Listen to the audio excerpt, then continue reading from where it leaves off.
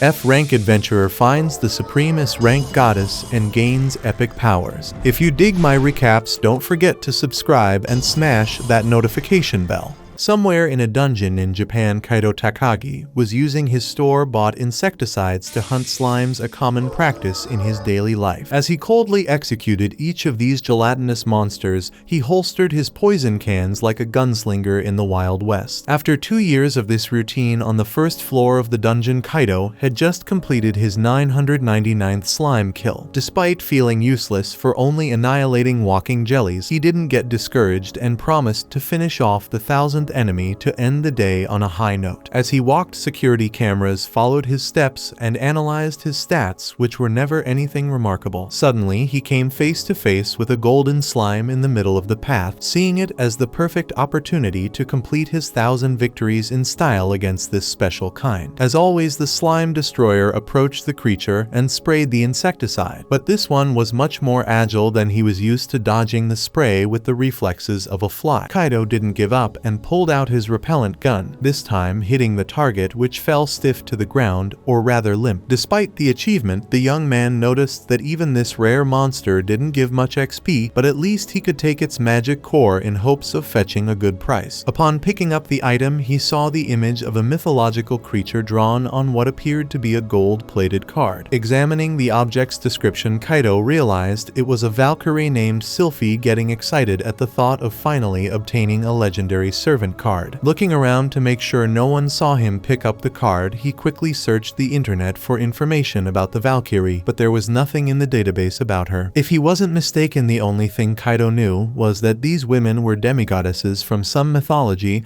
which was enough for him to deduce that this item had some interesting value. Whether the card was valuable or not, the young man had no intention of giving it to anyone. Exiting the dungeon through Gate 6, he saw adventurers heading out in their powerful armor and weapons, and wondered if he'd ever get the chance to use such high-level gear. If he sold the rare card for a good price, maybe he could stroll around with a legendary flaming sword or a diamond-coated shield. With that in mind, he went to the Caverns Trading Center to sell the common slime cores he had collected. With 3 in hand, considering each was worth 500, he was offered only 1,500 yen, equivalent to $10. Playing the innocent boy, he asked the clerk how much it would be worth if he sold a rare servant card, and she said that such an item was worth about 1 billion yen overseas. Hearing this, the kid spiraled into a crazy obsession, unable to stop repeating that amount as he wandered around in a daze. After storing his belongings and leaving, he looked like a zombie, muttering the same thing until he reached the exit of the establishment, where he conducted his expeditions, the dungeon and resort, still under the watchful eyes of security cameras. The next day, on the establishment's 4-year anniversary, he was still on the same track as the day before, and this time his friends heard what he was saying and asked what this 1 billion talk was about. Trying to deflect the issue, Kaito turned to Shinji and Hayato and heard that they had obtained explorer passports and could enjoy the anniversary event's attractions for free. Later on the way home, Kaito remembered that he was only on level 3, but his friends could return and explore the dungeons to find something interesting. However, the two wanted to stay away from that kind of adventure for now. Recently, they had descended to level 2 and underestimated the goblins, thinking defeating those monsters would be easier than taking candy from a baby, but they got a merciless beating from one of those creatures. After that, they decided it was better to enjoy a light amusement park rather than get thrashed for nothing. As for Kaito, they found it curious that he had been killing slimes non-stop for 2 years, so Kaito explained that he didn't go to the dungeon just for that, but didn't delve into the matter. Upon reaching his street, walking along the sidewalk at night, Kaito was recognized by a girl from her bedroom window who seemed happy to see him passing by. The next day, a quiz show host asked how many years it had been since the dungeons appeared, and a contestant hit the button to answer that it had been 13 years, the correct response. During the meal, Kaito's parents emphasized that he needed to work but shouldn't forget to study. However, all he could think about was that card and what would happen if he summoned summon the Valkyrie. If he did, maybe he could go to the more difficult levels of the dungeons, but if he sold the card, he could buy his dream equipment plus a mansion with a pool and a private dungeon next to a home theater. This cruel dilemma hammered so much in the boy's head that he could hardly sleep, to the point of going to school the next day without rest. At least the nosy girl Katsuragi left home at the same time as him, so they bumped into each other. Seizing the moment, she asked where he went last night since she saw him returning home, so he said he was at an all-boys meeting with Shinji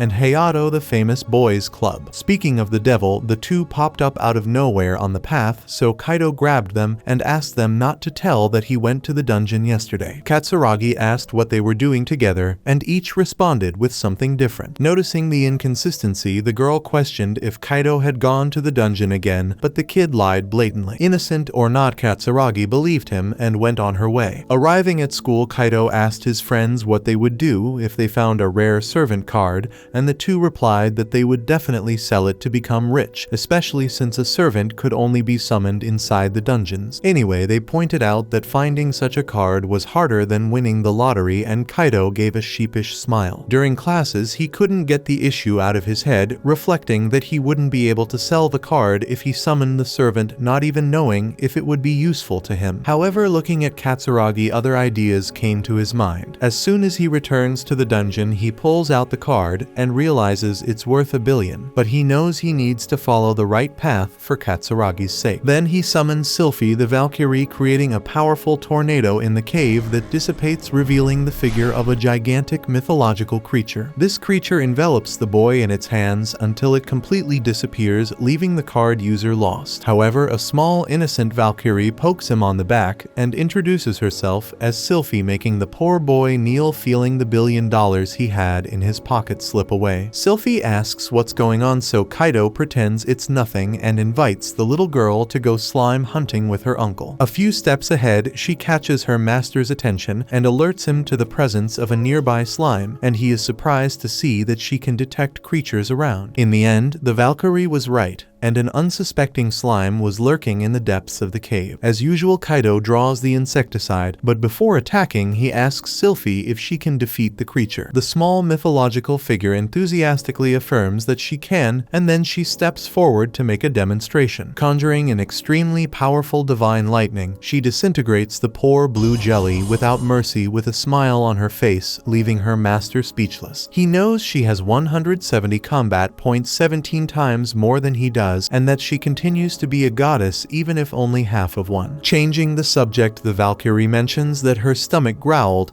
and looks directly at the defeated creature's magic core. Kaito asks if she wants to eat the core, and she nods. Kaito had read somewhere that servants were fed with this substance, so he lets her eat it. As expected, the girl thanks him enthusiastically for replenishing her energy and calls her master to face another slime she detected, but he asks her to take a break. From what he observed, Sylphie gets hungry when she fights and needs to feed on the magic cores she gets, but since it's the only valuable thing in a slime, he would end up with nothing because he would have to feed the girl. In that case, he would run out of money for the insecticide, so he thinks of a plan and asks the servant to find new slimes. By doing so, he maintains his usual strategy of killing the creatures with the repellent, just having Sylphie detect their presence without expending energy in the fight. With that, he levels up to 4 and celebrates, plus his combat points go up by 2 points. Sylphie enthusiastically congratulates her master until he notices that he earned the title of Slime Exterminator, increasing his stats by 50% when facing a monster of that species. Obviously, this dampened the boy's excitement because being enhanced against a slime is like having 2 slippers to kill an ant instead of just 1. Sylphie tries to console her master, saying that having new skills is great and highlighting how incredible it is that he achieved that, and Kaito thinks it's nice of her to be like that, but something still bothers him deeply. The girl asks what it is, but he says it's nothing much. Then he announces that he will stop exploring the dungeon for today. Making a sad face, Sylphie asks if she will be summoned again, and he promises she will, which relieves the girl. Then he pulls out the card to return Sylphie inside. At the sales counter, Kaito impresses the employee with the amount of magic cores he collected in just 1 day of expedition, and he says he was lucky to find a bunch of slimes slimes at once. The woman believes him and emphasizes that he broke the record for slimes hunted in a single day and announces a value of 15,000 yen in exchange for all the items he collected. At night back home, Kaito Takagi still couldn't sleep in bed this time, reflecting on how powerful the Valkyrie actually is. With her, perhaps he can really go to the second floor,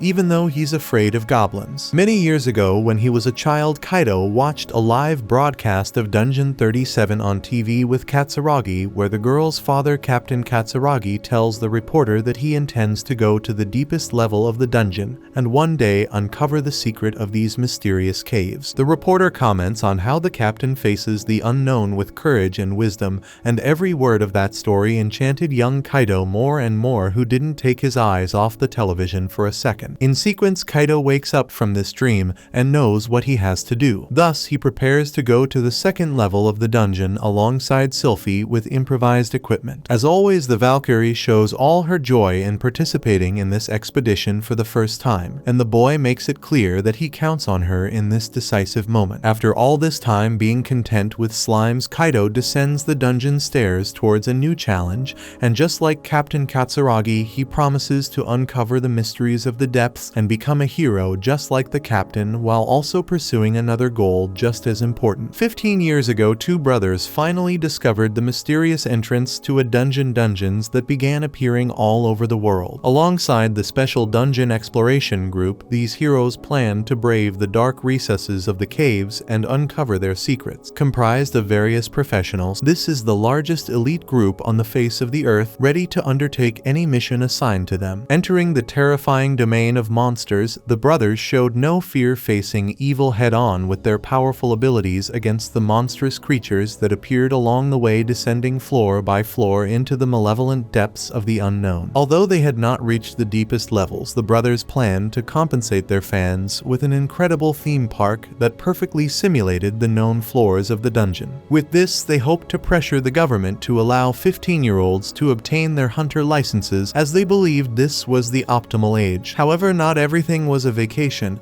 and as the brothers progressed, the challenges increased drastically. Eventually, the young explorer couldn't withstand the cardboard dragon and ended up dying, but not before expressing his love for his little sister, who despaired at this dramatic moment. Determined, the girl promised to defy the laws of nature and bring her brother back to life with a super antidote. She then expelled the liquid into her mouth and pulled the boy close to pass the potion to his mouth in this incredible episode of Dungeon Love Story. Back to reality, Kaito Takagi didn't have the same vigor as the series brothers, and thus he grew tired and trembled with fear at the second floor of the dungeon. To offer her usual support, Sylphie held the boy's hand and calmed him down. Continuing the journey, the Valkyrie warned of a goblin around the corner, but given Kaito's bad experience with such creatures, he turned back and miraculously caught his breath as he sped away. However, the image of Captain Katsuragi flashed in his mind, causing him to slap his face to face the challenge and become a protagonist once and for all. Thus, even while stuttering and with a swollen face, he drew his wooden sword and promised to defeat the fearsome goblin. Turning the corner, there was the goblin napping. So Kaito handed the responsibility to the Valkyrie, who attempted a divine lightning strike. However, the boy stepped in front of her after realizing he needed to do this himself, but accepted her help if things got tough. He struck first with his sword,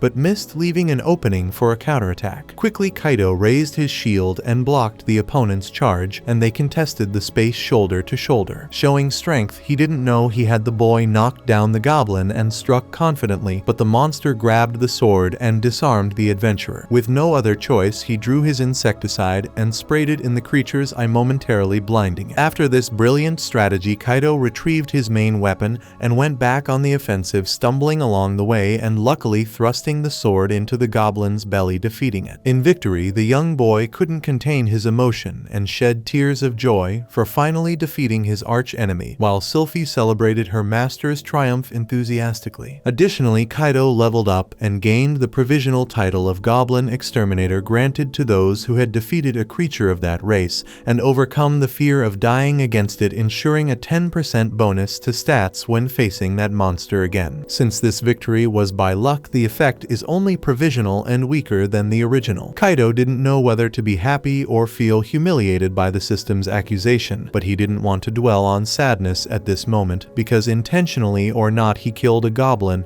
and no one could take that from him. Next, he advanced through the second floor with Sylphie's help and defeated other goblins, further boosting the inexperienced adventurer's confidence. While walking, Kaito discovered that the Valkyrie's only desire was to serve her master, as if something was programmed into her mind to make his servant more than just that. He promised to explore the dungeon and help her learn about the world around her. Continuing their journey together, the duo continued their goblin hunt, and Kaito fed the girl with the essences dropped by the monsters. After leaving the dungeon, Kaito was praised by the employee for bringing 4 goblin cores to the sales table on his first day. The next day, he stayed in bed late without lifting a finger, and his mother warned him he would waste the entire Sunday at this rate. Kaito explained that every muscle in his body ached, and he couldn't get up, so the woman asked him to take it easier on the job. The day after, he went to school beside Katsuragi, feeling like he had cement in his underwear. The girl immediately realized he had been to the dungeon again, but as he denied it, she asked why he had such muscle pain. He then said he had joined a gym to bulk up and ended up overdoing it. Katsuragi analyzed his impaired shape and commented that he wouldn't look good too muscular. Anyway, this was enough to change the subject, and Kaito felt relieved. At school, some girls were talking about the Dan brothers making a new movie set to release next year titled Summer Story of the Seven in the Dungeon. Simultaneously, Kaito told his friends he had crushed the goblins on the second floor, and the guys didn't expect that from him. Kaito felt offended, but at least gained confidence, which was enough for now. Now he dreams of reaching the deeper floors of the dungeon, so his friends warned him not to rush. Keeping up the pace, the adventurer returned to the cave again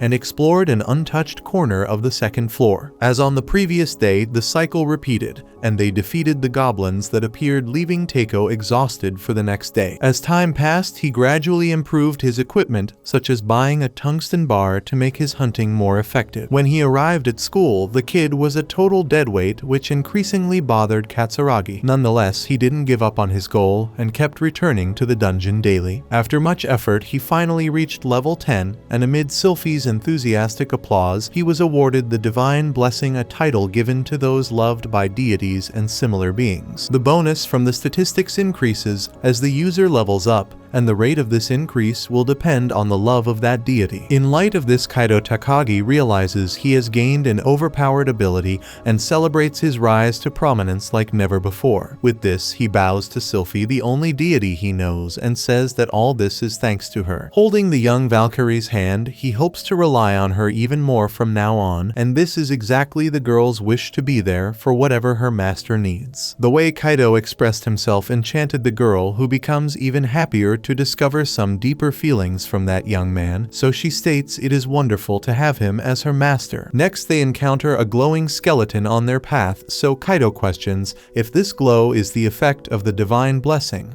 or if the enemy is a rare monster. To defeat it, the two repeat a strategy that had been working well. The Valkyrie summons the Maiden's Wall, a magical shield that keeps the enemy at a distance, then Kaito delivers the final blow. However, this time, the tungsten bar can't handle the skeleton's hardness and causes no damage, so the boy asks the Valkyrie to use her divine lightning, annihilating the creature instantly. When the essence drops, Kaito is frustrated to discover that it has nothing special, even though the skeleton was rare, except for being a red stone, a color he didn't have before in this type of item. Behind him, Sylphie already wants to devour the stone, and upon receiving her meal, she jumps for joy, eating the best thing she has ever tasted. Later, upon leaving the dungeon, the staff member tells him that the red essence is worth 2 million yen, making the poor boy die of regret. At night, all he can think about is the 2 million that went up in smoke, or rather into Sylphie's stomach. As a consolation, he convinces himself that the Valkyrie deserved a tastier meal. After all she had done for him. Speaking of which, he wonders whether he should descend to the third floor, as the second is already becoming easy, but hesitates as this floor has group monsters. The next day, already inside the cave, he tells Sylphie that he wants to fight alone, so the girl thinks she did something wrong and despairs, but he explains that he wants to go to the third floor and will end up becoming too dependent on the Valkyrie if he goes with her, and he doesn't want that. Speaking of which, he says he sees Sylphie not as a servant, but as a little sister he can always count on. To strengthen this relationship even more, he starts calling her Shyle, a nickname she loves more than anything, enchanted by having a master who cares so much for her. In the midst of this, a goblin appears in front of the two, so Kaito asks to handle the enemy alone. On leaving the dungeon, the staff member asks the adventurer not to overdo it, so he replies that the only dose he wants at the moment is a healing potion because he was massacred. At home, reading a magazine with the Dan brothers on the cover, Kaito laments having spent the money he managed to accumulate so far to buy a single healing potion that even at a low level is absurdly expensive. To make matters worse, he needed better equipment to descend to the 3rd floor and still gather magic cores for Shyle to eat. So he returns to his old days and sprays insecticide on every slime that crossed his path. Updating his friends on the latest events, they think the boy is regressing after having gone so far, but he assures them that slime hunting is just a temporary measure to save money. Hearing the word slime, Katsuragi questions what the boy has been up to, so he pretends he was actually talking about S-Lane, his 4th cousin. Like it or not, the lie works and Katsuragi leaves without further ado. The next day, the gelatinous monster slaughter gains another chapter, yielding so many crystals that Kaito was already accumulating them in a pouch. With the sale of this amount, he is sure he will be able to buy equipment and some cores will still be left for Shile's nourishment. That said, the Valkyrie senses a strange presence near them, so they investigate until they discover it was a silver slime lurking in the dungeon. Without wasting time, Kaito attacks the creature with his insecticide, but as it escaped, Shyle finishes the job with her lightning. Upon picking up the dropped item, Kaito was all smiles because in his hand was a new servant card, this time a Viscount level demon named Lucilia. Behind the boy, Shyle can't hide a pang of jealousy. Anyway, Kaito was worried about summoning a demon and causing some problem for himself, like being cursed or possessed. However, looking at Shyle, he thinks about the dream. It must be to summon a deity and a demon at the same time. With this in mind, he chooses to go this route and conjures the card's power, generating a great fire tornado that dissipates and reveals the demonic figure of Lucilia. The demon, who was in a non-physical state, passes through Kaito, who welcomes his newest servant with open arms. Within a few seconds, the summoned one appears in her younger form. To clear any doubts, Kaito asks the girl's name, and she confirms she is Lucilia, a demon of Viscount level. The young man expected something different when he saw the card's image, so he kneels and questions where his horned muse went. With no patience for his outburst, Lucilia comments that his master doesn't seem very trustworthy or intelligent. Shyle asks the little demon not to speak that way about the master, explaining that demons act impulsively, not out of malice. Taking advantage of the moment, the demon looks the Valkyrie up and down, and Sylphie happily says that she too serves Kaito. Since the boy is the master, Lucilia stretches out her hand and asks for food, but he complains that the freeloader hasn't done anything yet. To solve this problem, Shyle notices a slime nearby and steps up to show her worth. With the flames of destruction, she annihilates the poor slime, turning it to ashes. Kaito understands why she has 130 battle points. After the victory, Lucilia earns her deserved reward and extends her hand, asking for more food. Kaito checks her status and requests that she use the corrosive breath next time, then she receives another magic core. That said, she uses the ability on a dungeon goblin, leaving Kaito and Shyle in shock at the horror of the scene. After eating the goblin core, Lucilia finds it tastier and assumes that the cores of stronger monsters are more delicious, so she rushes to descend to the next floor. Kaito explains that on this floor monsters appear in groups, so they would need to acquire new weapons first, but the demon doesn't want to hear any excuses. Shyle intervenes, saying that the master does this for their benefit, so Lucilia gives up, insisting seeing it won't lead anywhere. But since that's the case, Kaito promises that tomorrow they will challenge the 3rd floor together. The next day, the group descends and the boy shows off an expensive crossbow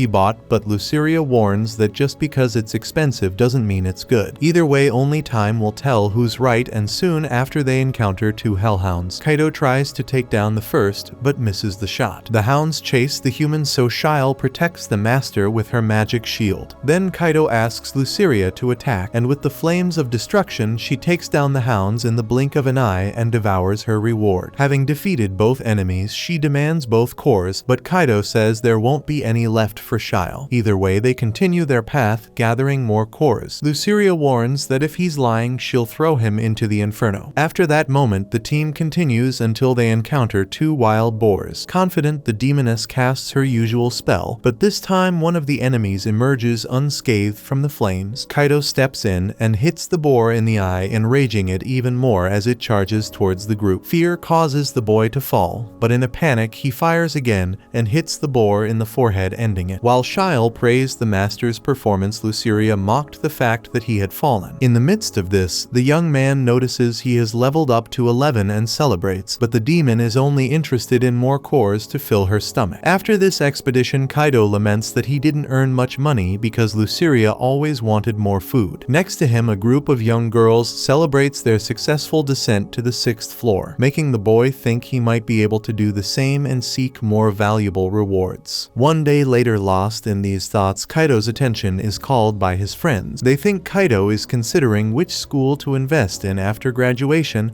as this is the main concern of any serious student, until Katsuragi joins the conversation thinking this is the topic. To avoid embarrassment, Kaito pretends he was thinking about that exact subject, but gets flustered when the girl asks which school he chose. He throws the question back at her, and she says she would like to go to the Auka Institute. He takes the opportunity to pretend he wants to go there too, cheering up his friend as they've always been together since kindergarten. At that moment, a friend calls Haruka to help organize some papers, so the girl leaves. Back on the 3rd floor of the dungeon, Luceria continued to decimate the opponents in front of her, always eager to devour each core that dropped from her victories. With divine lightning, Shile didn't lag behind in terms of strength, and the demon's corrosive breath remained useful in battle despite not being visually pleasant for others. Anyway, the master kept feeding his pupils with Luceria, always asking for more. On one of these occasions, Shile looks strangely at Kaito, who notices but says nothing. As her colleague got more and more food, the Valkyrie maintained that look, so the boy decides to ask what's going on. She pretends nothing is wrong, but reflecting on it in the bath, the boy realizes it was as if she were avoiding him. On TV, the Dan siblings girl did not accept how a newcomer treated her brother, so she decided to settle the differences in a duel. Kaito begins to imagine what it would be like if his two pupils decided to do the same,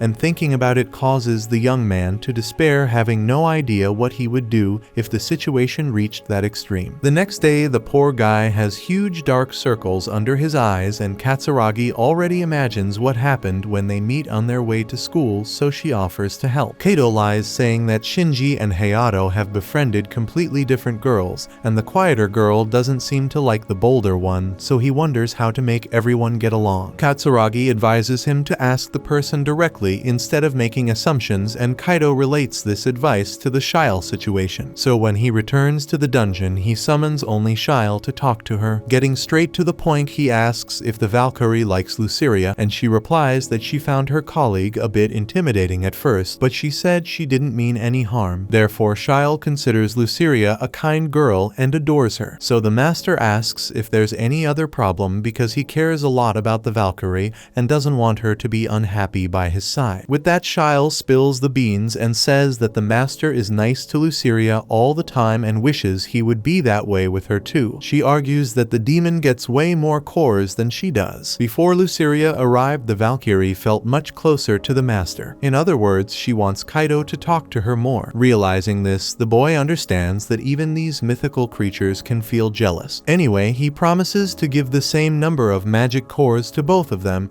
and to talk more with Sylphie. Putting his promise into action, after their first victory of the day, both girls get the same portion, and Kaito praises the Valkyrie's participation. The demon isn't happy about this, as the master has never praised her for anything, so he does the same for the other girl to balance things out again. Next, after defeating another wild boar, Shile levels up, which increases her stats and grants her 2 more spells. Kaito praises the girl, and this time even Luceria concedes and gives her some credit. To show off her increased strength, Shile uses divine lightning on 3 hellhounds at once, defeating them all. As for Maiden's Wall, its duration was increased. Luceria offers to finish off the boar, but Kaito himself decides to practice his aim. When it comes to the reward, Kaito gives the 2 cores to Shile, leaving Luceria outraged because she didn't help in the battle only because the master didn't let her. On top of that, Shile admits that she's not satisfied with just 2 and asks asks for one more. Leaving the dungeon, Kaito laments the fact that the Valkyrie's appetite has grown along with her level. The woman who handles the exchanges notices that the boy has been bringing in fewer cores, which makes him even more irate. In these moments of difficulty, it's time to return to basics. With that in mind, Kaito goes after the slimes. After defeating the 25th one, Luceria asks to help out, but he replies that he won't be able to accumulate anything if the demon gets involved. Since that's the case, she says she shouldn't even be summoned, to which Shyle eagerly comments that would be great because she could cheer for her master without being interrupted. Kaito uses this to teach Luceria that he's only able to do all this because he has the support of both of them, and this phrase touches her in some way, even though she doesn't like to admit it. Later, the nosy woman comments that the adventurer has only been bringing slime cores, and he responds that he decided to reminisce about the old days. She mentions that Kaito must be ready to descend to the 4th floor. When he gets home, he researches stronger equipment on the internet to reach this more challenging floor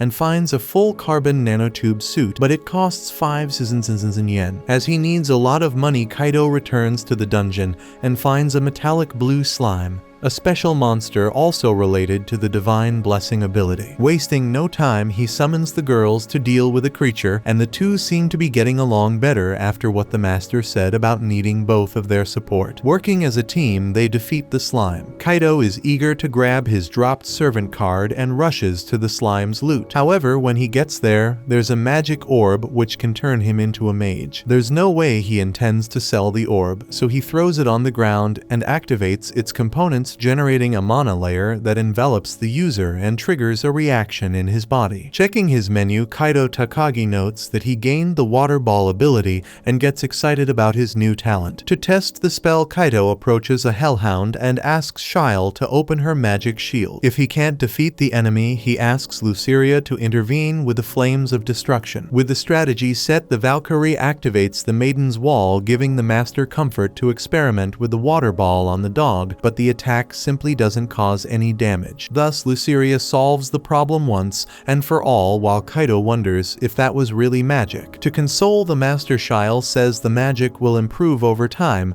while Luceria comments that the guy will never have to get out of bed to drink water again. Hearing this, he lowers his head and realizes it would have been better to sell the orb. At night, he goes alone to the park near the school to lament, and coincidentally Katsuragi was nearby. She asks what's wrong with him, and distracted, the boy replies that it's the magic. Realizing the mistake, he tries to correct it by saying he was talking about the movie The Magic Girl because he saw it and it wasn't what he expected. The girl argues that this movie got great reviews, so Kaito changes the subject and asks to walk her home. On the way, he thanks her for the advice about asking the person directly instead of assuming, because thanks to that he solved his problem. With that, Katsuragi replies that the problem was with him after all. The boy insists it was an issue with Shinji and Hayato, but the girl says goodbye and goes inside. Inside, she shows her frustration with the conversation, while Kaito begins to suspect that even she is jealous. The next day, the adventurer returns to the dungeon,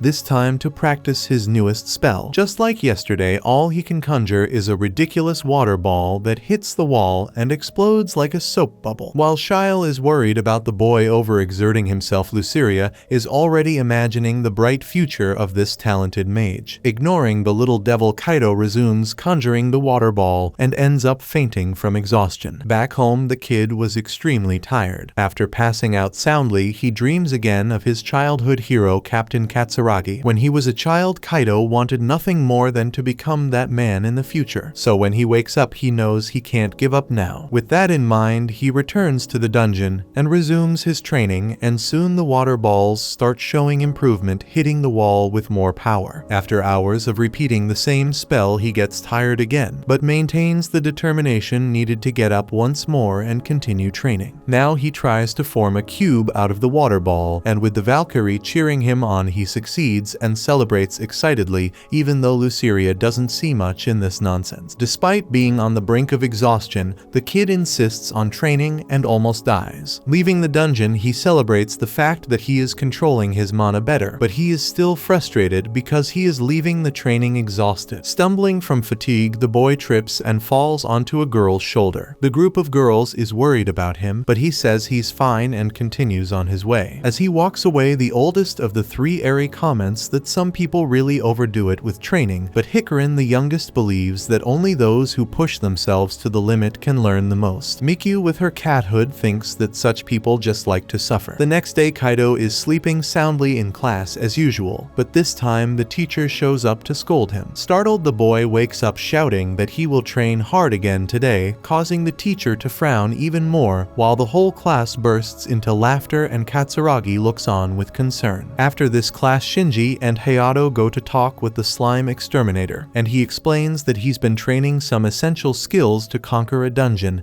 even though he ends up tired every single day, which is why he spends every class counting sheep. As expected, Katsuragi butts into the conversation to ask once again if Kaido is going to the dungeon, as she had been listening in. He lies, saying he was actually talking about a crazy dance move he's been practicing. Hearing this, Katsuragi asks him to show her the move one day and leaves. Later there, he is again sending out water balls. This time, he shoots the spell straight into a goblin's mouth, suffocating the creature to death. Shyle praises the master's brilliant strategy, and Luceria mocks him for finally using his head for something useful. However, despite the effort, Kaido can no longer gain experience points from killing monsters on the 3rd floor, so he needs to go deeper if he wants to truly level up. With that, he calls on the girls to descend to the 4th floor, also because he might have saved enough money to buy that cool outfit he found online. Sure enough, he returns to the cave wearing his new armor, despite the young demon thinking it's the ugliest thing ever. Kaido complains that it was very expensive, but at least Shyle really liked the outfit as expected. The master argues that this beauty has carbon nanotubes capable of protecting every part of the body despite the material being thin and still hurting him. Not believing what she heard, Luceria asks what the point of this thing is. He explains that, for example, if a sharp arrow flies toward him, he would certainly die, but with this armor he can withstand the lethal damage. Additionally, it came with a bracelet that makes his spells stronger, at least that's what the product description said in the store. Shyle notes that buying such armor is cool, but the little devil thinks her master should have tested it before buying. With less patience, he explains that you can't do that when you buy online. Then he pulls a lotion from his pocket to show another advantage of the combo, but Luceria was already dragging Shyle away from there. With the conversation over, they head to the 4th floor, and the Valkyrie senses a presence that gives her chills. Taking a look at what it was, there stood her worst nightmare, a gigantic cockroach. So the child's first reaction was to cast a divine lightning, while her friend joins the massacre by throwing flames of destruction at the insect. After killing the monster and running away in panic, Kaido is left behind. Hearing footsteps approaching them, the girls prepare their spells to smash another giant insect, but this time it was their poor master. Immediately, Shyle starts crying while Luceria complains that he just stood there watching them fight alone. To make up for his mistake, the master shows the magical cores to the girls to absorb, and despite her usual drama, Luceria's stomach growls and she gives in to lunch. However, the taste was awful, so the two pupils were not very motivated to work in exchange for that horrible core. After the meal, Kaido wants to move on to the 5th floor, but first he wants to know if there are any monsters nearby. Shyle warns that there are 2 coming from one direction, so the human discovers through the system that they are the Madman and Sandman. Without wasting time, he shoots an arrow at one of them, but the projectile passes through the muddy creature's body without causing any injuries. After repeating the shot against the other enemy, Kaido sees the same effect happening, putting his physical integrity at risk with a counterattack. Then Shyle steps in with the Maiden's Wall and saves the master. From what he could see, physical attacks don't work against this type of monster, so Luceria does the basics and unleashes the flames of destruction on the opponents. After the victory, Kaido again offers the horrendous cores to the girls, but this time they refuse. Faced with this, Kaido decides to go home after a day with little success, as they didn't find many monsters. Speaking of which, he asks Shyle if she senses any presence,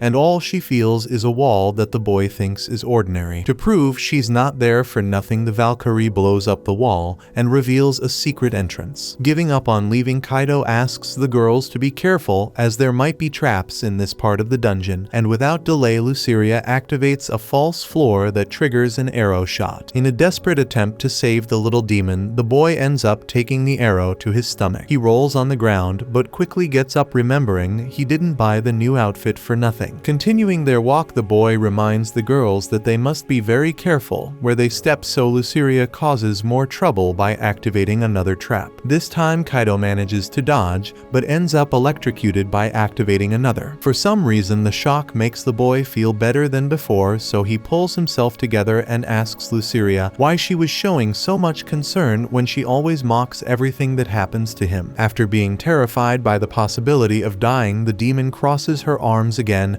and pretends to be cold and calculating. Then Shile senses another presence behind a door, this time quite different from the others. Fed up, Kaito turns around to go home, but the girls seem determined to continue despite everything. Since he depends on them for everything, the guy has no choice but to stay, so Shile blows up the door, making Kaito beg not to be charged for the damage later. Advancing down this path, the group comes face to face with a giant slime and an ogre, so the boy asks the girls to defeat the ogre first. The two use their usual magic against the enemy, but the monster emerges from the explosion unscathed. The creature charges at the team, so the Valkyrie activates the maiden's wall to protect everyone. Discovering that at least the barrier works to hold off the giant, Kaito tells Luceria to take care of the slime and attempts a physical attack on the ogre, considering that the magic attack didn't work. This time the arrow hits the enemy's leg and knocks him down. Kaito seizes the moment and shoots several times, but his ammunition runs out. Thus the ogre resumes its attack against Shile's barrier, and to make matters worse, the slime is also immune to magical attacks, leaving Luceria in trouble. Faced with this, Kaito resorts to his only option, which is the water ball. However, when conjuring this magic, the water turns into ice. Imagining it's the bracelet's effect, he launches several ice balls at the ogre, causing significant damage, but the young man's mana is running out. Therefore, he needs a stronger shot, and focusing on this, he invokes an ice spear that pierces the beast's eye, and the second one the middle of its forehead, defeating the ogre. Now they turn to the giant slime, and Kaito asks Shile to use the Divine Lance Rogenate while he holds the monster with his shield. Before the master's defense melted, the Valkyrie throws the weapon's magic at the creature, blowing off the top part of its body, but its HP remains the same. Injured, Kaito thinks of retreating, but remembers Captain Katsuragi and decides he won't give up on this fight. Determined, he charges at the slime and uses his most classic strategy against this species, insecticide. Using the maiden's wall for defense, the group sees the slime's HP plummeting, so Kaito ups the ante by pulling out his dual jet pistols, increasing the dose of poison and killing the enemy. After the victory, the master uses the lotion to recover his health and sees his demon pupil level up, besides reaching level 15 himself. After that, they search for the magic cores and collect the red stone from the ogre. A bit further ahead, Kaito sees a rare magic sword that looked more like a kitchen knife, according to Luceria. Taking it to the sales counter, the woman asks where he found it, and he informs her it was in the secret dungeon on the 5th floor after defeating two monsters that seemed like bosses. The dungeon employee has no idea where this secret passage is, so Kaito shows the location on the map. The woman says she'll notify her superiors about it and informs him that the special red core is worth a lot. Moreover, since the boy is doing so well in the dungeon, she invites him to participate in next week's event, where investigators will go on an expedition to the 7th floor. After accepting the invitation, Kaito wastes no time and tells the whole story to his friends to show off, as he'll join a group for the first time. Jumping on the bandwagon, Katsuragi asks if it's some dance group, and this time Shinji confirms the lie to ease his friend's situation. Thus, Katsuragi falls for the lie again and asks to be invited to watch the performance. Later, Kaito goes after his team for the expedition and discovers that they are the girls he met a few days ago. The next day, Haruka dreamed about her father, who promised to come home early from work so they could have dinner together. Brimming with joy, the child waved goodbye to Captain Katsuragi. When she woke up, Haruka felt something strange. After having breakfast, she she said goodbye to her mother to go study at Yumi's house. Before starting her walk, she wondered what Kaito was doing at that moment. Maybe he was practicing dance as he said he had been doing. In reality, the boy was beginning the exploration event. After waiting their turn in line, Kaito's group gathered in a magic circle known as the Transfer Gate to be teleported to the 6th floor of the dungeon. Upon reaching their destination, Kaito let out a sigh of relief because it was only the second time he had used the transfer gate and was a bit anxious about it. Similarly, the girls were also tense. A little further ahead, a dungeon staff member pointed the way to the 7th floor and mentioned that the event should last about 3 hours. Before going down the stairs, the group stopped at a convenience store to buy necessary items for the expedition. After leaving the store, Kaito packed his purchases in his backpack,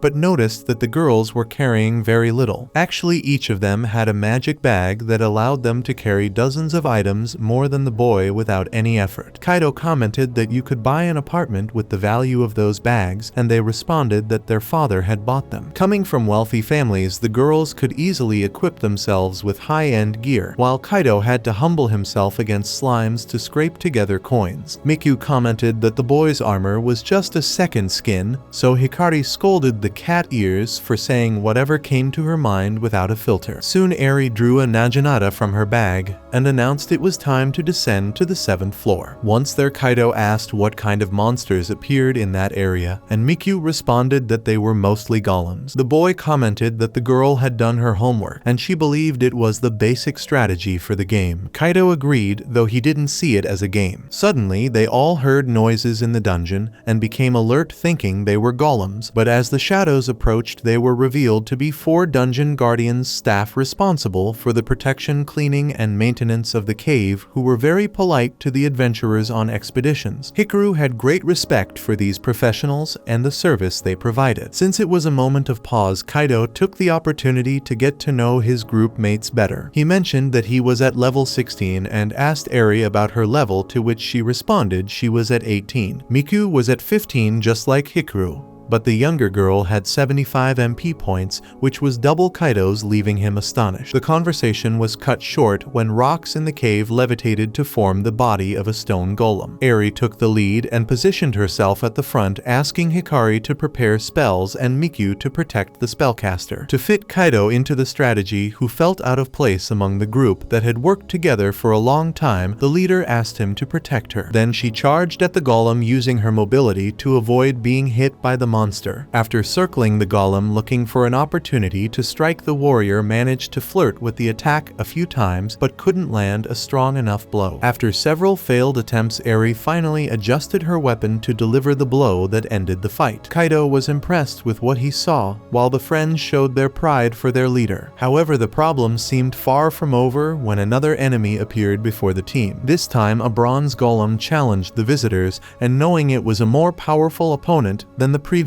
one, Eri commanded Hikaru to prepare her spell once and for all to provide support. After reciting the right words, the girl invoked Earth Wave, a magic that softened the rocky surface of the dungeon like water enveloping the golem. Miku used her snatch card, a small animal capable of attacking with above average speed, making it almost impossible for a big slow opponent like the golem to hit it. After running to the golem's back, Snatch used an ability that damaged the monster and slowed it down. Then Hikari attacked with Fire Ray, making Kaito realize what 75 MP points could accomplish with those 2 consecutive spells. Finally, with the bronze golem already injured, Eri attacked with her naginata and finished the job. Continuing the threat, now an iron golem approached the humans. Kaito reacted with his crossbow, but the monster's carcass was too tough to be penetrated by such a projectile. The golem chose Hikari as its first target, so Miku stepped in front of her friend to protect her, although it didn't seem like it would help much. However, Eri appeared and deflected the monster's arm with her weapon, preventing a tragedy. Then the leader leaped at the enemy and struck its head,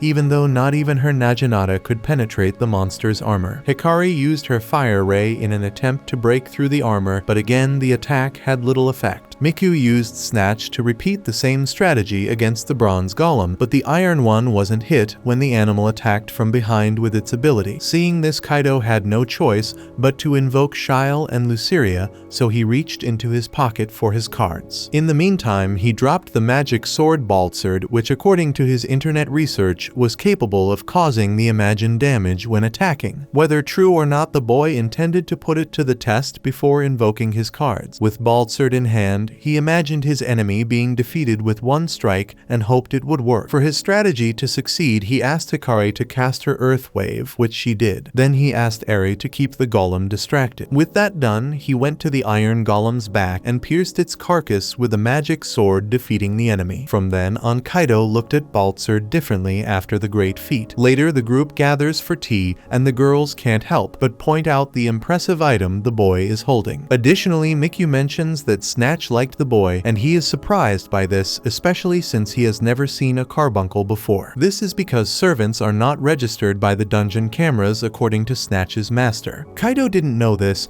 but now he understands why he had never seen one before, or why no staff ever asked about Shyle and Luceria. He then asks if only the three of them know about Snatch's existence, but since Miku bought the card at an auction and registered it with the guild, everyone knows. Changing the subject, Eri had already talked to the girls before and invites Kaito to join the team because they plan to reach the 11th floor where the second transfer gate is located, considering that there is one of these gates every 5 floors. Kaito thanks her for the invitation, but doesn't believe he could contribute much to the group. In his mind, he's just an ordinary guy who adventures occasionally. On the other hand, the girls don't see anything wrong with that and even assure him that they would feel safer with him around. As the boy remains undecided, Eri asks if he has other people to form a group with, and he replies that they are not exactly people, but he fears delving into the subject and appearing like a lunatic walking around with 2 little girls. Just imagining this, Kaito already hears the siren in his head. Therefore, he asks for some time to think about it and promises to come back with an answer once he has decided. After the event, Kaito returns to his regular expeditions with Shyle and Luceria. Clearly, the two are in a bad mood, knowing that Kaito was invited to this group, with the other girls making them feel left out. Hurt, the demon questions why the master continues to call her Luceria when he gave Shyle a cute nickname. Embarrassed, the boy tries to come up with a nickname for her, starting with Lua, then Seri, until finally arriving at Luce. The little devil finds all the suggestions extremely distasteful, but since she doesn't have much choice, she ends up accepting Luce. After resolving the matter, Kaito was about to explain about forming a group, but his 2 pupils rush ahead, ignoring the master. The next day, the boy takes his usual walk with Katsuragi towards the school. His friend asks if he spent the weekend rehearsing some dance moves or working out, so he lies, saying he did both. Taking advantage of the moment, she asks the boy out for the next weekend. Kaito feels embarrassed, but Haruka clarifies that it's just to go shopping, which eases his anxiety a bit. Ahead, Katsuragi sees her friend Yuma and goes after her. Likewise, Shinji and Hayato appear behind Kaito like dementors, wanting to know about this outing with the girl. Kaito argues that it's not really a date and that he's just going to accompany his friend shopping, so the two place their hands on the comrade's shoulders, clearly intending to say that the innocent one knows nothing. Changing the subject, they want to know how the event went, and upon learning that Kaito met with 3 girls, they start thinking that this dungeon talk might be more interesting than they imagined, so they consider returning to explore. Days later, on the promised outing, Kaito waits for Katsuragi at her doorstep and accompanies her to the subway station, where a large screen displays a scene from the Dan brothers. Kaito focuses his full attention on what's playing on the screen, so his friend comments that he really likes this dungeon stuff, but wishes he would forget about it for today. Seeing no problem with this, Kaito agrees,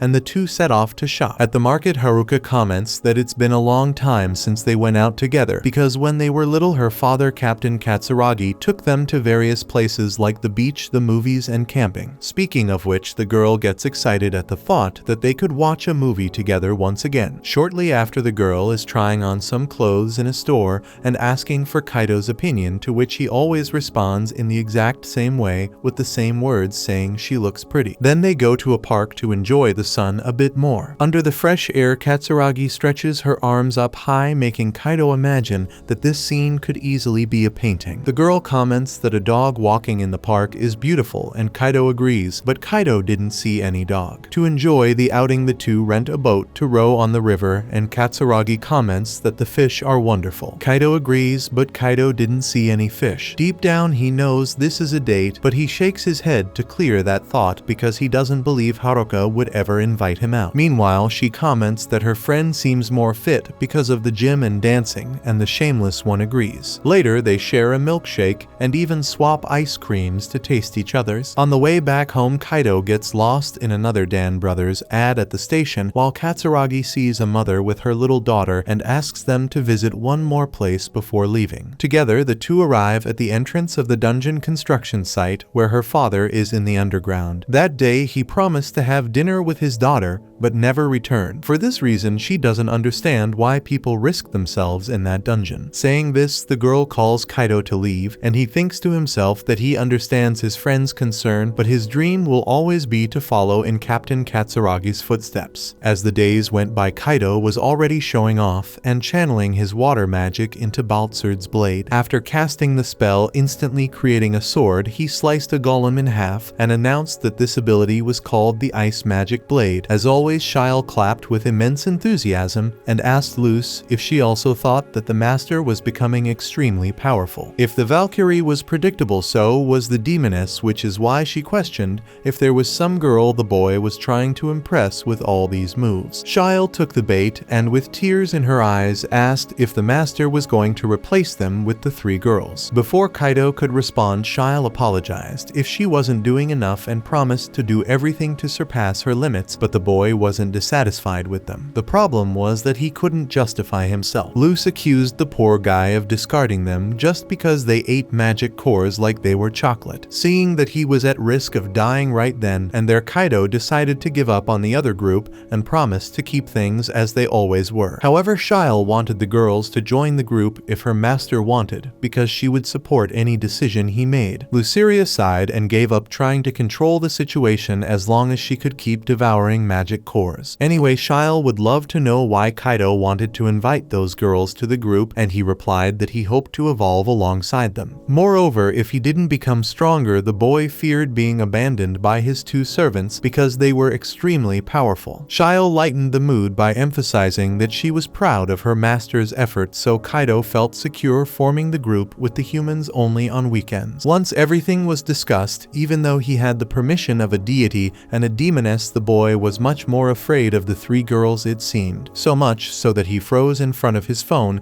and couldn't call Eri, the oldest of them. To his surprise, Haruka Katsuragi called him and gave the protagonist a scare. She wanted to talk about something with him, but first Kaito asked for advice on how to ease his nervousness, lying that his friends wanted to call some girls but couldn't. Haruka then told him that a while ago, when she was a child, her father saw her admiring a piano on a stage. He approached and asked if she could play it, but the girl lacked confidence and ended up crying because she didn't think she could. Her father dried her tears and pulled a smile from her face with his fingers. From then on, he proved that nervousness was gone and joy came. This was the trick Haruka learned to deal with that feeling. Since the lesson came from Captain Katsuragi, Kaito felt it would work. After getting what he wanted, the rest of the conversation went off track, and the girl hung up without saying why she had called. Dumbfounded, Kaito didn't mind and started practicing the trick while Haruka observed a dress in her room. Meanwhile, Jinguji Eri was sweating profusely as she executed precise movements with her naginata, creating a sound in the air that proved the strength of her arms. In the middle of her training, Takagi Kaito called. He talked about the plan to meet only on weekends, which was fine for the girls because they had classes during the week, making it easier to go on expeditions on Saturdays and Sundays. Speaking of which, Eri invited Kaito to meet at the guild at 10 the next Saturday. With the meeting arranged, Kaito hung up and felt relieved for managing to call, all thanks to Katsuragi. When the weekend arrived, the quartet gathered for their debut expedition, and Kaito shone, taking responsibility for defeating the two golems on the left, leaving the last two for the rest of the team. Showing leadership, he instructed Hikarin to use her Earth Wave, while Mikyu was to call Snatch to keep the opponents in check. The Earth Wave soon hindered the golem's mobility, giving the speedy Snatch an advantage in distracting distracting them. Kaito used his ice magic blade technique and defeated the first enemy. Then he was attacked by the second, so he dodged and launched into a fatal slash, killing the monster instantly. On the other side, Snatch eliminated the third adversary, and Eri took on the fourth, finishing the fight with her Naginata. After the victory, the girls were curious about the boy's spell, as he had called the magic water ball, but it wasn't a sphere. Kaito explained that he invented a technique called ice magic blade by combining magic with the Baltzard sword. Eri praised both this ability and Kaito's leadership in the fight, assuming he already had experience with it. Since he couldn't reveal the Valkyrie and the demoness in his pocket, Kaito tried to change the subject at all costs, commenting on how elegant and efficient Eri was with that Naginata in action. She fell for it and replied that she had been practicing since she was young, and now it was almost like it was part of her body. Speaking of body parts, the boy's stomach started growling loudly, so he invited the group to eat. Hours later, back home, Kaito remembered what the girls had eaten during that break. Only expensive and refined foods, while he was the lowly one and made do as best he could. When the expedition ended, they said they wanted to move to the 8th floor the next day, and Kaito was excited about the idea of finally reaching the strongest floor for him so far. With Sunday arriving, Kaito showed up to the group wearing a life jacket, leaving the girls a bit confused. He explained that some monsters living in the water appeared on the 8th floor, so he came prepared for everything. Besides, this wasn't just any life jacket. Not only would it keep him floating on the surface like a dead fish, but this beauty could also withstand magic attacks, so Kaito killed 2 birds with 1 stone. As they continued along the path, Snatch walked ahead to detect enemies. Before long, the animal sensed the presence of an aquatic beast that exhaled a corrosive substance onto Kaito's supposed armor. Eri told him to take it off before something bad happened, and he complied, watching his expensive life-saving gear go to the heaven of vests. Witnessing this brutal scene, the boy swore vengeance for the vest, but it was Miku who pierced the monster's forehead with his crossbow. Kaito asked if the girl had used this weapon before to shoot so well, but she had never used it in her life. Thus, the team continued their journey through the dungeon's 8th floor. There, they faced all kinds of fierce and giant animals, until at one point a squid tossed Kaito into the water. Without his life vest, he was sure he would become fish food, but Eri pointed out that he was in the shallow end. Crazy as he was, he only cared about where the monster that attacked him went, but Hikarin had already grilled a squid in the other corner. Speaking of which, the youngest member of the team asked if the man really knew how to swim, so he scratched his neck without answering, giving a sheepish smile as a response. Regardless, the journey continued, and the group started to bond, beginning with the newest member who demonstrated great skill using his rifle and the ice magic blade to eliminate the enemies that appeared. Eri, more old school, wielded her classic Naginata to face the obstacles. Miku explored her new talent, showing great efficiency with the crossbow, even though she didn't know how to shoot just minutes before. Lastly, Hikari wreaked havoc on the battlefield with her fire ray while keeping a safe distance. When the last fight ended after an intense battle, Kaito succumbed to exhaustion and collapsed on the ground. Sometime later, the young adventurer woke up and asked what had happened to him. Noticing he was in Eri's lap, he was startled and impulsively apologized. Looking at his menu, the boy noticed his mana points had been restored. Eri explained that they had given him a magic potion, and Kaito regretted making them use such a valuable item. However, the three emphasized that they were a team now and needed to work together. Besides, killing all those tunas had yielded a good amount of magic cores. In the midst of this, Snatch alerted them to another danger, and this time Miku noticed greater stress in the animal, as if something more threatening than usual was near. The suspicion was confirmed when a colossal dinosaur emerged from the water's depths. The most obvious reaction was to flee, which the four humans did, but the monster wouldn't let that happen. As it crawled after its victims with its vast body, the tremors caused a collapse that blocked the exit. Thus, there was no alternative but to fight. Once again, Kaito took the lead, now instructing Mika to use Snatch for long-range attacks. Hikarin was to use magic to immobilize the monster, and Eri was responsible for striking the enemy while Kaito distracted it. With a strategy defined, they had to put it into practice. With the departure of the two frontline members, the mage cast the earth wave, followed by an attack from Snatch. However, this tactic did not cause any damage to the opponent this time. Kaito approached the beast and pierced its shell with his ice sword, giving Eri space to stab its head. Despite all the effort, the monster threw the warrior away, taking her out of the battle. Even so, she tried to reach her weapon weapon and continue the fight because her deepest desire was to become a heroine. Faced with this, Kaito had no choice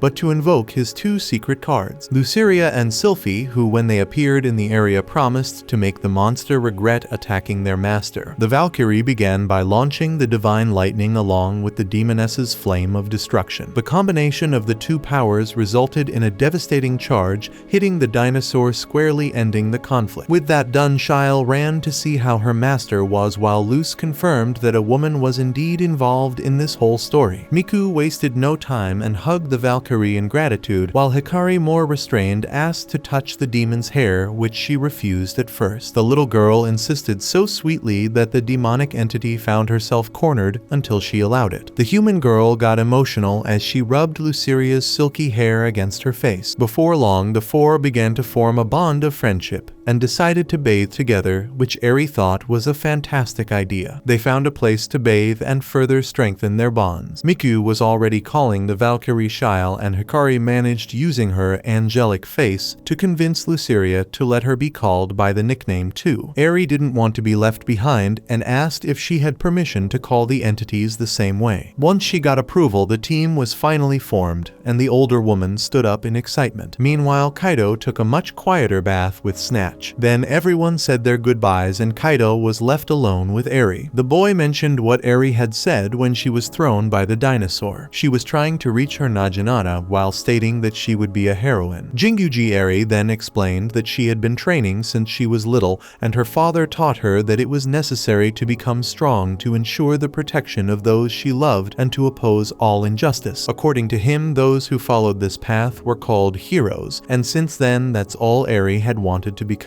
Changing the subject, she mentioned that there would be an event over the weekend at her university campus, the Alka Institute, and invited her new friend to attend. Without wasting time, Kaito told his partners about this invitation. Since it was an open event, he could invite someone to go, but they didn't seem interested, so they suggested Haruka, especially since the two had gone out together before. Kaito was terrified of facing such a situation, so his friends gave him a little push and invited Haruka on his behalf. Katsuragi was happy to have been invited, although she had already planned to go since she and Kaito intended to enroll in the same university. Days later, Kaito went to pick up his friend at her house, and she wore the dress he had chosen at that clothing store they had gone to together. The first thing Kaito notices is how beautiful his companion looks. Before stepping out of the house, Haruka bids farewell to her parents and leaves with the boy. Shortly after boarding the train to the campus event, Haruka takes the initiative and asks Kaito to sit closer to her. To start a conversation, she thanks him for the invitation, but the boy reminds her that she would have gone even if he hadn't invited her. That's how the protagonist fell into the girl's trap, as she comments that it's much better for them to go together. Kaito agrees,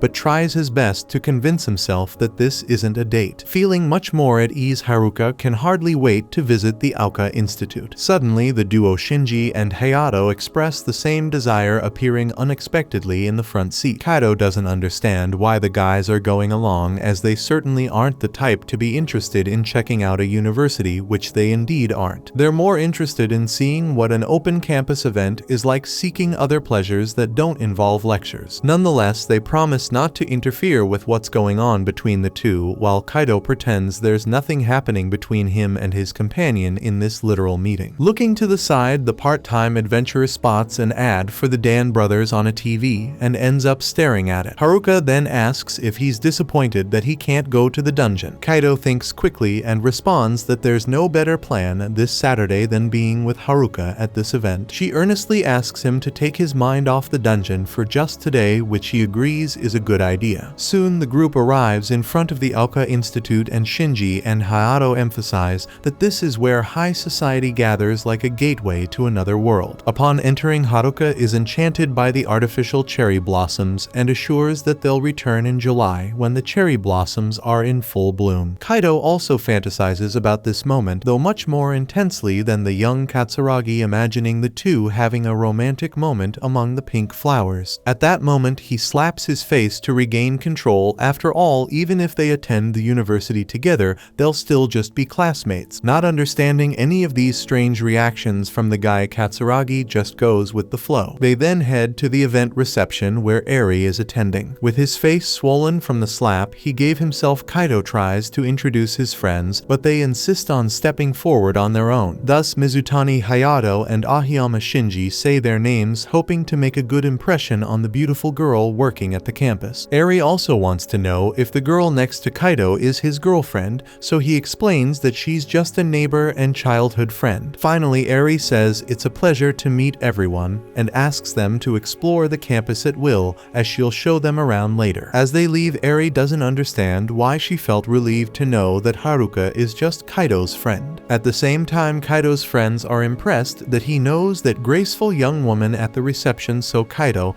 lets slip that he met her in the dungeon. At that moment, there was no more escape. Haruka finally understood once and for all that the boy was sneaking into the dungeon. As if that wasn't enough, he ends up revealing that it was Eri who invited him to the campus event, so Haruka realizes that he and his companion are only together because of that girl, which worsens the situation. Pretending not to feel the blow, Haruka reminds them that today isn't a day to talk about dungeons, while Kaito's friends drag him away under the excuse that they need to use the bathroom. The first thing the two do is envy Kaito for forming a team with the pretty girl from the reception, but putting that aside, they assert that their friend needs to be more careful about what he says around Katsuragi, as she's clearly worried about his dungeon explorations. With the message delivered, the group heads to the auditorium and is fascinated by its size. Haruka points to the digital blackboard where students can watch classes via tablets, and the boys react as if it's alien technology. They then look at the large number of student clubs the institution offers, like bands, tennis, and a film club. Kaito was about to comment on a D on the wall, a first aid mechanism just like in the dungeon, but his friends manage to stop him in time. Speaking of movies, the group passes by the room where cultural festival productions are shown. When they take a break to chat, Shinji is excited about the cleanliness and grandeur of the place, as is Hayato, but both know they have no chance of getting into this college with their grades. Similarly, Kaito knows he's slacking off in school, so he needs to work hard if he wants to get into Aoka with Katsuragi. Regardless, Hayato reminds him that the tuition is very expensive, and Kaito almost replies that he can pay with the money from the dungeon, but covers his mouth just in time. In the next scene, the couple manages to spend some time alone, and feeling the breeze, Haruka hopes to be able to take her class breaks in the same way. Kaito seemed happy until Hikari and Miku appeared after Eiki informed them he was there with friends. Just as they did with the older girl, the pair of pranksters show up just to introduce themselves as charmers, a gesture the girls reciprocate. They also want to know if the girl next to Kaito is his girlfriend, and he explains the same thing he told Eri, leaving Haruka a bit irritated. Since Hikari is in her first year, Kaito wonders if it's too early for her to think about college, but she doesn't want to miss the chance to see one up close while she can. Haruka comments that the two seem quite close to Kaito, although Miku disagrees. Kaito feels the need to explain the origin of this friendship without revealing that it started in the dungeon. Before he could come up with a convincing lie, Miku herself says they met there, so Kaito immediately notices Haruka's icy expression beside him, so cold that it left the boy's skin pale, and Hikari asks if everything is okay. In the meantime, to close the group for good, Eri arrives, inviting everyone to have lunch in the cafeteria on her. When the food arrives at the table, Shinji and Hayato act like they're on a backstage tour of a famous restaurant, taking pictures of the dishes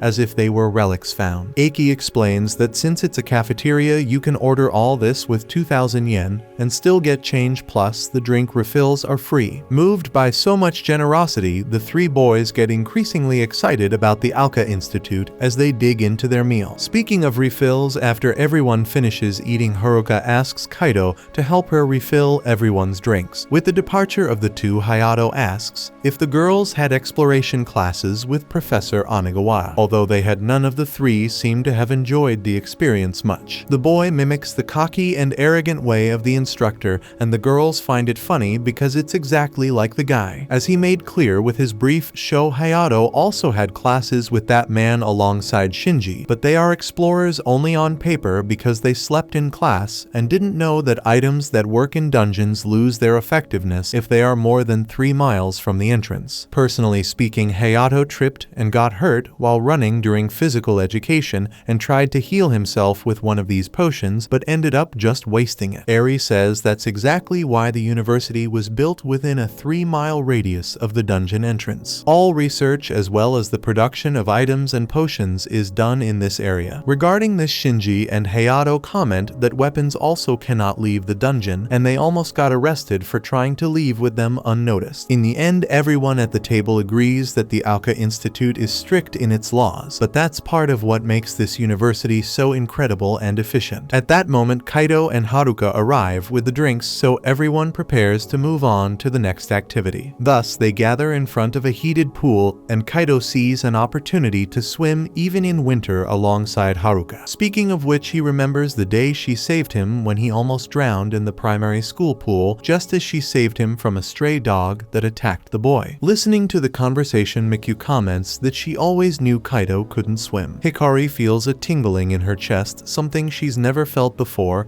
and therefore doesn't know the reason, although she can't take her eyes off Kaito. Next, they visit the institution's 6 tennis courts and soccer field. Descending the stairs, Hikari trips and is saved at the exact moment by Kaito. Because of his dungeon exploration experience, the boy had developed his body enough to make such a move. Seeing that the two have been in the same position for some time, Mikyu asks the boy to put her friend down. Soon after, some guys playing soccer end up kicking the ball in Miku's direction, and once again Kaito steps in to resolve the situation, simply returning the ball into the goal. The guys look at him in awe while he pretends nothing happened. At least Mikyu lowered her guard a bit towards Kaito for having avoided the ball hitting her. At this moment, Eri calls the group to visit the dojo, but upon arriving there, she feels nervous when she realizes she will perform a demonstration of her skills. After taking a deep breath, the warrior executes the moves efficiently and impresses her peers, who watch each well-executed strike attentively until the end when everyone applauds. Seeing Kaito applauding, she realizes she was anxious because that boy was watching, and it seems Haruka noticed a different look from her towards him. In the late afternoon, everyone exchanges contacts and says goodbye. Returning by train, the group that left Aoka comments on how amazing this university is. Hayato asks which girl was Shinji's type the most, and he replies all 3. Agreeing enthusiastically, Hayato suggests they return to exploring since the dungeon has so many pretty girls. Kaito tells the guys to stop talking about this before he loses it, but Hayato goes further and invites his friend to the dungeon as well. When Haruka is okay with this, Kaito calms down a bit, though surprised. At night, accompanying the girl home, he promises to study hard to get into Aoka with her. Happy with this, Haruka asks which of the 3 girls was his type, and the boy plays dumb, pretending he never even noticed any of their faces.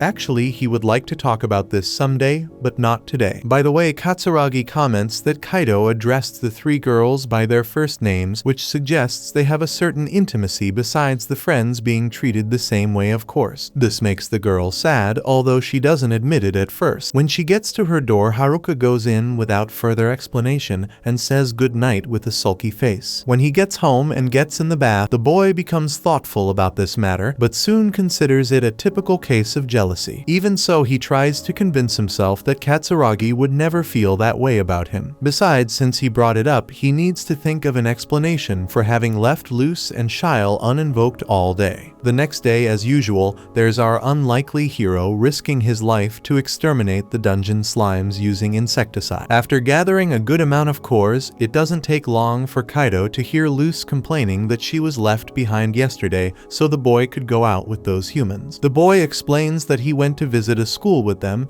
and Luce threatens to accuse him of lying, though she has no idea what a school even is. First, Shile explains that it's a place where humans study, then she shows her sadness at being abandoned by her master, even though she understands that he has a life outside the dungeon. To lighten the mood, Kaito promises to set aside 3 cores for each of them until he notices a strange glow at the back of the cave, revealing a rare slime. Kaito tries to draw the girls' attention to the monster, but they only care about the cores. Not just 3, mind you, but they want 200 at once. Kaito insists on pointing out the approaching creature, so the demon loses her patience and devastates the walking jelly without mercy. Immediately, the 2 turn to the master demanding a reward, so he offers 10 cores to each of them. Finally, both sides come to an understanding, and the little ones calm down with their bellies full. As for the destroyed slime, an item drops after the smoke clears, and Kaito analyzes it to be the Gloves of Reason, an item that grants invisible power at the cost of mana points. Curious to know what this invisible power might be, the boy asks the girls for help in identifying what the heck it is. Despite their efforts, it was hard to tell if the item's abilities were being used, since the very concept of the power is to be invisible. So Kaito gets the idea to use the glove in the direction of the water, hoping to cause a visible impact on it, and that actually happens. Seeing this, he imagines that this ability might even work on humans, but doubts it would be useful against monsters. Luz thinks it's not even worth trying, but Kaito insists and comes up with an idea in his head, considering that if he combines this glove with another ability, something interesting might happen. With this in mind, he strikes with his sword using the glove, and the slash cuts through the air, splitting part of the water below him. Moreover, a small block of ice formed during the attack, leaving Kaito proud of the techniques he's been developing. At that moment, the three girls in his group show up in the dungeon, causing Luz and Shile to immediately scowl for obvious reasons. Eri invites the boy to delve into the more difficult levels of the dungeon,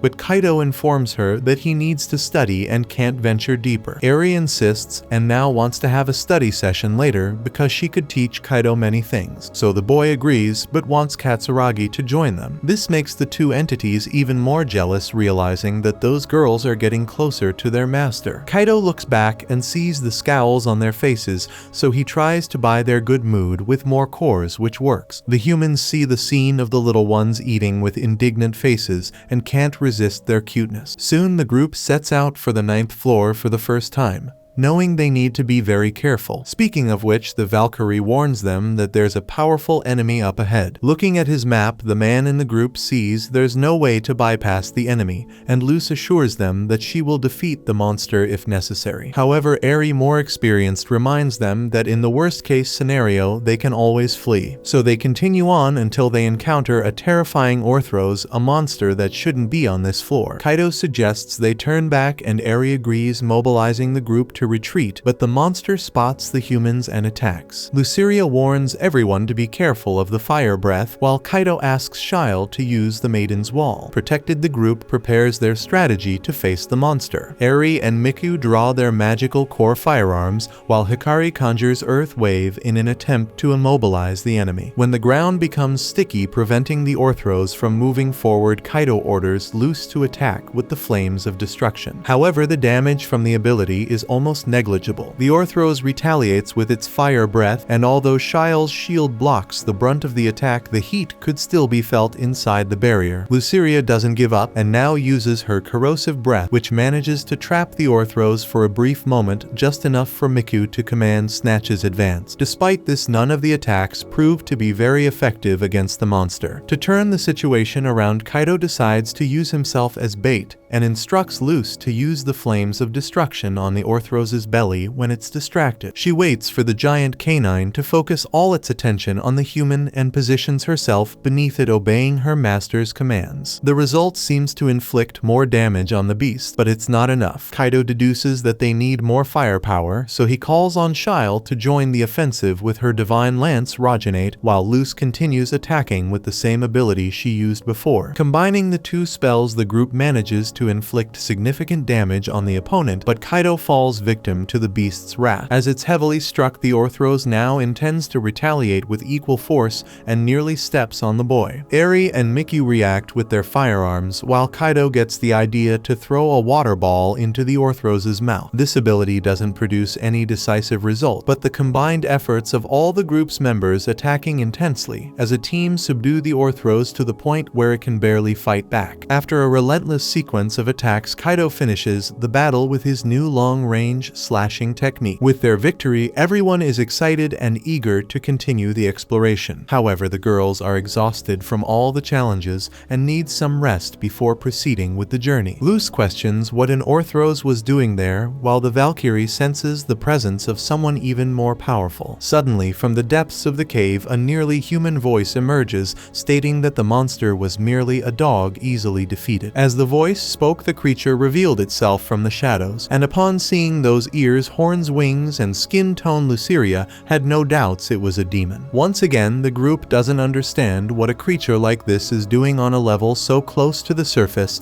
and considers that perhaps the demon was controlling the Orthros. Before anything else, the demon warns that no one will be allowed to escape using the Dark Nightmare to ensure that happens. Shiel protects her allies with the Maiden's Wall, prompting the demon to admit that it's an effective barrier, but he doubts it can withstand his next attack, a charge so fast that no one could even see it. Faced with this, Kaito fills the Valkyrie with cores so she won't let the magical shield fall, while the rest of the group attacks from within as best they can. However, even after using all their firepower, the rival remains unscathed. Kaito analyzes the demon stats and sees that his name is Belia and his HP has barely been affected. Luce suggests that Shiel should join the attack, but Kaito fears what might happen without the Maiden's Wall protecting everyone. Eri assures them that they'll be fine even though the enemy's attacks are fast, so Kaito agrees with the team's wishes and orders Shiel to lower the shield and join the assault. Soon the team returns to the offensive, now with a Valkyrie added to the mix, but even so the demon remains unharmed. On the contrary, he's so unscathed that his attacks remain as swift as ever. In a surprise move with his sword, the monster nearly finishes off Kaito, but Eri saves him just in time with her Naginata. The demon pushes the woman back with a power, so Kaito reacts with his explosion ability, which destroys the sword the demon received from a duke, causing a significant blow to the creature. Overcome with rage, Belia unleashes a series of punches that Kaito tries to block with an ice shield, but the shield shatters and the human is severely injured. Shiel and Luce witness the scene and furious at seeing their master hurt attack with even greater ferocity. In the meantime, Kaito takes a potion to get back into the fight, but knows he needs a better strategy. Soon he calls Miku and asks her to do something. Without hesitation, the girl resumes her attack alongside Snatch, allowing Kaito to use the distraction to stab the demon from behind with the magic sword Baltzard and use his explosion ability, which finally deals considerable damage to the opponent. In response, the demon uses dark healing to regenerate and returns to the attack with increasing fury. With a single punch, he nearly finishes off Kaito. The other group members do everything they can to stop Belia from reaching the boy, but none of them succeed. In a last-ditch effort, Kaito remembers Luceria's ability Gluttony's Beauty, which boosts her stats by consuming the target's HP. He asks her to risk using him as the target even though it might kill him. With no other choice, the demon obeys and assumes her highest form. The enemy uses the Dark Nightmare again, but this time Luceria feels no damage. Being of the Viscount class, she would never be defeated by a lower-level demon. Realizing this, Belia immediately loses his bravado, while Luceria conjures the god-slaying dust storm and eliminates the target instantly. Afterward, even seeing Kaito on the brink of death, she asks him to swear that he'll treat her as well as he treats Shiel. The boy promises, nearly passing out. During the rest, Kaito discovers he gained 8 GP points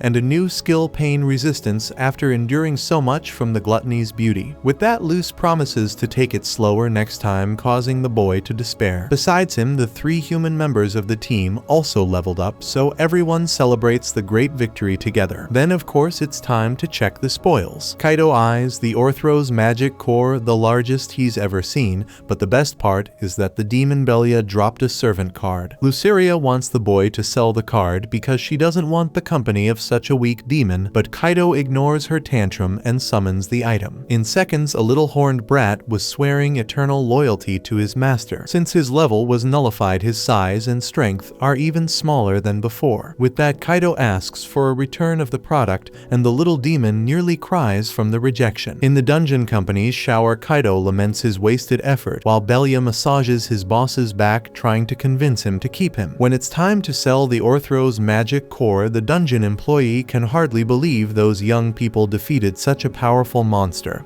especially since they encountered this beast on the 9th floor, which shouldn't have happened. For this reason, she plans to send a team to investigate. Nevertheless, she's willing to pay 24 million yen for the core, which is almost $200,000. Losing his mind at hearing that amount, Kaito impulsively asks to split the amount into 4, but the girls don't care about the money since they were born with silver spoons in their mouths, so they want the boy to keep it all. He insists on dividing it as the monster was defeated by the group, so the employee provides the documentation for Kaito to declare income tax. Thus, after defeating the dungeon dog, the protagonist now faces the tax man. Once everything is settled, the group gathers to eat a fruit dessert and explain to Kaito how to avoid tax evasion and be a model citizen. By the end of the afternoon, everyone is proud of what they accomplished today, and Eri comments that Kaito has a knack for attracting special things. Considering that he already got 3 servant cards, he thinks about it for a moment but quickly concludes no. The next day, in her trophy-filled room, Miku is chatting with Hikari on the computer. Hikari mentions that she's excited about the weekend because she wants to see everyone's new skills. Miku feels the same way, but advises her friend to take it easy on the nerves. Despite that, Hikari assures her she's calm and insists it would be a waste to just rest. Finally, she says she'll see Miku over the weekend and logs off, though in reality Hikari is struggling with a severe cough. The following day, Kaito tries to uncover the special abilities of the group's newest member. But before that, Belia asks for a sword as it's her main weapon. Kaito claims he didn't know the demon had such a weapon, but Luceria reminds him that he broke the boy's sword. Taking responsibility, Kaito tries to compensate for the damage by offering the demon a tungsten staff. Belia thanks him, but asks if the master has something a bit more like a sword. However, Kaito informs her that it's the only thing he has at the moment. So the small demon tests her new weapon against the local monsters. After defeating the first one, Belia quickly moves on to the second, ending the fight with no difficulty, showcasing great talent with the weapon. Everyone praises the demon's display of strength except Luceria, who comments on how much slower he's become. Embarrassed, Belia explains that his body changed to reflect his new level, and fearing rejection, the young demon promises to gain the acceptance of Lady Sylphie and Lady Luceria. Hearing the boy refer to the girls as Lady, everyone finds his behavior curious, and the Valkyrie admits she didn't mind it. Later, Kaito's first mission is to discover the demon's abilities, and for that he needs to lose some HP since he plans to start with dark healing. As everything goes according to plan, the demon uses the ability on the master, but nothing happens. After a few seconds, a small amount of HP is restored, and Belia explains that dark healing mainly regenerates wounds and only recovers just enough HP to keep you from dying. Hearing this, the human plans to use this spell to counter the HP drain from Luce's gluttony beauty. Hearing this, she offers to test the strategy right away, but traumatized Kaito tries to avoid the small demon by walking backward, only to trip over a rock and hurt himself. Taking advantage of the injury, Belia asks to test dark healing once more, which the master agrees to. As soon as Kaito receives dark healing again, he feels his wounds healing and thinks they can save a lot on potions this way. After that, they encounter a new enemy in the dungeon to test their skills, with Eri and Hikari taking the first move. The youngest debuts her ice circle, a trap that freezes the monster, and Eri tests a new ability called Zantasugeki, which envelops her Naginata with a purple magic. When the warrior strikes the opponent, the block of ice is cut in half. Kaito is amazed by the quality of his friend's abilities, a sentiment shared by Eri, though she notes that the one she used consumes too much MP, so she needs to be careful when using it since it's a one-hit kill. The group then ventures into another test against some giant golems. Miku leads with Snatch and invokes the Dance of Visions, bringing imaginary pink petals to the battlefield that distract the monsters. She then orders Snatch to use Hedgehog power, and the creature obeys, firing numerous spikes from its back, ending the fight. Once again, Kaito is impressed by the level his teammates have reached, while Miku hugs her pet to celebrate another victory together. Now it's Shile's turn to showcase the ability she gained from leveling up Valkyrie's song, and Kaito asks Luce and Belina to join the fight when the goblins appear. As Shile begins to sing a song about the awakening of heroes' voices that quietly hide in the depths, Kaito feels power flowing within him. He can now see the enemy's movements so clearly that it's possible to anticipate their attacks, and he uses this to defeat the goblins alongside the other members of the party, who also do their job with no difficulty. After the victory, Luce comments that she felt very powerful, even though it wasn't at the level she reaches with gluttony beauty. On the other hand, Belia says she didn't feel any difference in her body with the song's enhancement, though she could hear Shile's beautiful voice singing the magic song. Luce deduces that the effect depends on the bond of trust the person has has with the spell's caster, which the demon laments not having with any group members so far. To console the youngest team member, Eri pats his head and assures him that he'll build relationships with everyone. Even Luceria gives the boy a supportive shoulder pat, and he, with tears in his eyes, shares that he used to be a rear guard but eventually became a knight. Because of this, he significantly improved his blade skills, and it's for this reason he believes he could perform even better with a sword. Moved by another heartfelt request from the young demon, Kaito asks for a moment and rushes off to buy a bastard sword for Belia. Despite this, Belina doesn't react, making everyone think he didn't like the gift even though it was so expensive. To make matters worse, the small demon starts to cry, leading everyone to believe he hated the weapon so much that he reacted this way. But the truth is the exact opposite. The emotion of receiving this gift overwhelmed him to the point of tears. Thus, he accepts the blade in hand and promises to make good use of it while it lasts. Moreover, he plans to demonstrate his rare talent with this type of weapon to his master. Soon, facing 3 enemies 3 times his size, Belina shows he has enough skill to be an important member of the group as he fights the opponents with grace and efficiency, defeating them with ease, impressing everyone watching the scene. Then Kaito comments that Belia must have trained a lot to reach this level, which once again brings the tearful demon to tears, touched by the praise from his master. The human asks to be trained with the sword, which Belia suggests they do right away, but Kaito explains that he needs to get home early today because tomorrow he's going to study at Eri's house with the other girls. As expected, Shile and Luceria are jealous of this unexpected news, while Kaito promises Belia that he'll be back on Sunday. Without delay, another day passes, and soon Kaito, Haruka, Shinji, and Hayato find themselves in front of the enormous gate of Eri's house, though they wonder if it's really a residence and not the gate of a fortress from the Edo period. Just then, a limousine arrives and Miku and Hikari step out. After greeting their friends, they press a button on the door to open it, and the rest of the group is left speechless as they see a huge forest inside. The girls waste no time and get into the car that will take them to the house, while the boys attempt to do the same. However, Hikari and Miku warn them that the path known as the men's slope is a bit different for male visitors who will have to walk the long route on foot. A few minutes later, the women arrive and greet the hostess. Haruka Katsuragi thanks her for the warm welcome and compliments the beauty of Eri's house, to which Eri explains that her family has had a martial arts dojo for many years,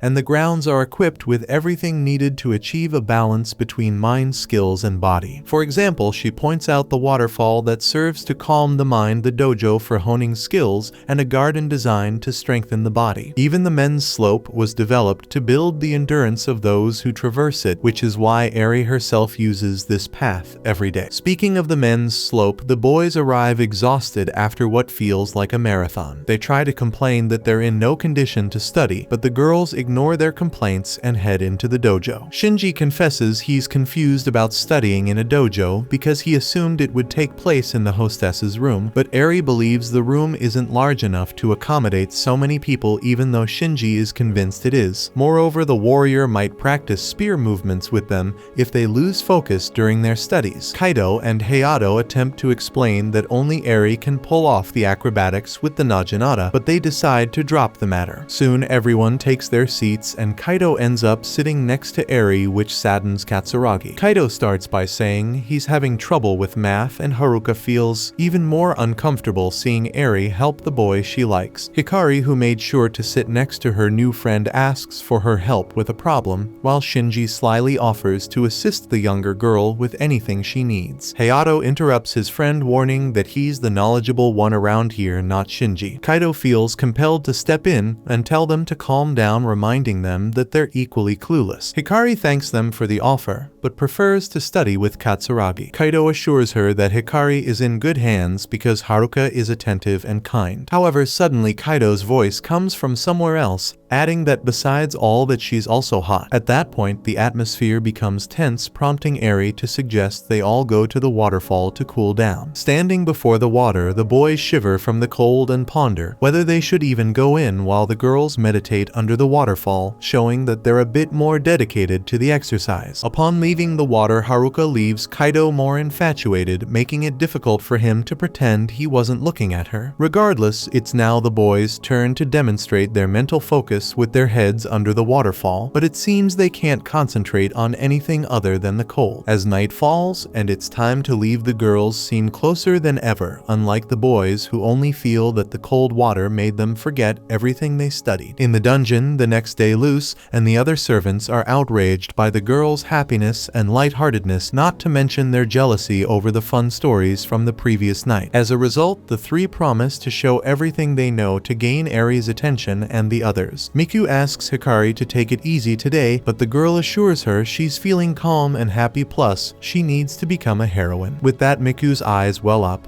and she holds her friend's hand. Shiel warns of the arrival of monsters, so her master asks her to sing the Valkyrie's song. With its enhancement, Hikari freezes the opponents, giving the rest of the group a chance to launch their attack after Kaito assigns each person a role in the conflict. Once again, everyone performs well in the battle, surprising Kaito, who can't believe they're defeating monsters on the 9th floor so easily. On the other hand, Luceria is not happy at all because she was left out of the fun since the master didn't assign her any tasks in the fight. As always, Kaito soothes the beast with food by giving some magical cores to her and the other two servants. During this pause, Hikari sees the smiles on everyone's faces and wishes these happy days would last forever. A little later, they finally reach the 10th floor and Hikari seems determined to descend even with the others' doubts. However, she suddenly feels a sharp pain and collapses to the ground. Desperate, Miku cries as she cradles her friend in her arms and sees that Hikari is bleeding from the mouth. 2 years ago, a man called out to Miku in a store, but she corrected him, reminding him that her player name was Queen. The man backtracked and asked Queen if they could have a battle. The girl accepted the challenge, and soon the people around the store overheard her response, amazed that the store's champion had agreed to the duel. Aizawa, being the former champion, tried to reclaim his title from the young girl, but once again he failed. He wasn't ready to give up and wanted a second round until Queen asked him if he wasn't just wasting time. The guy got furious and reminded the girl that players like her who pay to fill their decks with rare cards aren't game prodigies, they're just rich kids. Queen defended herself by arguing that even if she had the best cards, she still needed to know them inside out and play with a strategy that matched their characteristics. This brilliant and irrefutable argument made the overweight Ash run off crying to his mom. After yet another crushing victory, Miku found herself reflecting on her life and concluded that she was always bored, convinced that nothing could ever entertain her again. That was until a young girl decided to stand up to her in the card game. Fast forward to the present, this little girl who initiated the challenge back then was now lying in a hospital bed being visited by Miku and the other members of her group. Eri suggested it was time to leave, but Miku insisted on staying a bit longer. Kaito remarked that a high-quality potion should soon get the little one back on her feet, but their friend was determined to stay and made it clear that she wouldn't leave. After all, potions can only heal wounds like cuts, burns, and broken bones, but what Hikari had was different. Surprised, Eri asked if her friend knew something about the girl's illness just as the sick girl's parents rushed into the room. The father expressed his gratitude for them staying by his daughter's side all this time and mentioned that his daughter had talked a lot about Eri and Kaito too, about how going to the park with the two of them was even more fun for her. This phrase triggered some memories in Miku's mind, instantly causing her to lose her composure and run out of the room. Kaito and Eri chased after their friend, who was now outside the hospital watching the families in the courtyard, enjoying the arrival of Christmas just as Hikari should have been doing. On that day when she was challenged by the younger girl, Hikari had smiled when her challenge was accepted. During the game, Miku noticed that her rival's deck was identical to hers. Comparing her strategy to her opponent's, Miku analyzed that she was more aggressive whereas Hikari was more defensive and cautious. After some time in a balanced match, the Grand Queen finally took the game and won the match. With her morale intact, she asked why the challenger didn't build a deck that suited her better. The little one explained that she adored Queen, which is why she wanted to play with a deck identical to hers. Surprised, Miku pointed out that this style of deck didn't match the way she played at all, so she offered to build one that was perfect for her. Hikari jumped for joy at the prospect of the store's own champion offering to do that, while Miku asked to be called by her first name. Without delay, the two began building a new deck, and this activity sparked a friendship that would permanently dispel the monotony of Miku's life. As time passed, the pair became inseparable, and Miku believed she would be by her partner's side forever. When a national tournament of duel fighters, the game they loved, was announced, the two decided to enter together and began studying their opponents and their characteristics. On the day of the big event, the duo played together against their adversaries, advancing through all the stages until they were crowned the grand champion. Miku lifted the trophy and handed it to her partner to do the same, but Hikari, suffering from her illness, collapsed in the middle of the ceremony. Quickly, the young girl was rushed to the hospital, and while being carried by the nurses to one of the rooms, she tried to tell her friend about the illness she was suffering from, but fell asleep before she could express herself. The only thing she managed to say was that she would soon experience something. At that moment, the sick girl was taken to the IQ where Miku couldn't enter, so she stayed behind questioning what her friend had meant. The girl's parents arrived in a panic, and Hikari's father revealed her illness. Back in the present moment, Kaito asked if that was when she found out what the girl had, and he also wanted to know what it was. Faced with the girl's silence, Eri touched Kaito's shoulder and asked him to respect her space because Miku shouldn't be forced to speak. However, the sick girl's father approached and volunteered to reveal the truth. Hikari's condition caused total organ failure over time, something that had no cure and was very difficult to treat even with modern medicine. The doctors told the man that his daughter might not survive until the new year if she had another collapse. As much as he wanted to hide it from her, Hikari was very perceptive